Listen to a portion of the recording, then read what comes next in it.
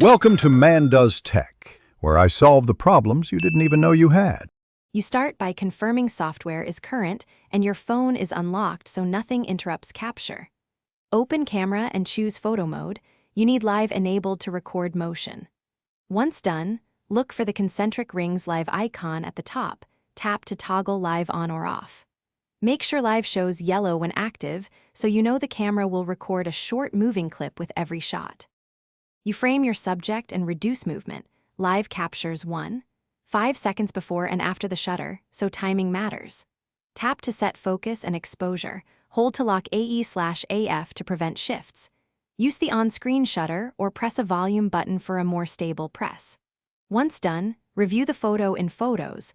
Live plays when you press and hold, showing the motion and audio that were recorded. You can edit a live photo by tapping Edit in Photos. Drag the timeline to trim, pick a new key photo, or mute audio. Once done, apply effects like loop, bounce, or long exposure to change how motion displays. When sharing, Live remains dynamic with AirDrop or as a live photo-compatible file. Otherwise, it exports as a still or video depending on settings. If you can't enable Live, make sure low power mode is off.